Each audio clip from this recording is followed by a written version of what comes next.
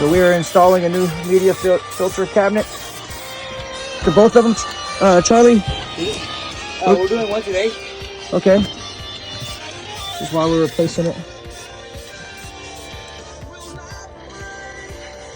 Why people get sick in their house with allergies. This mold dries up, as you can see. So this is all the common molds that we find in most of these air ducts.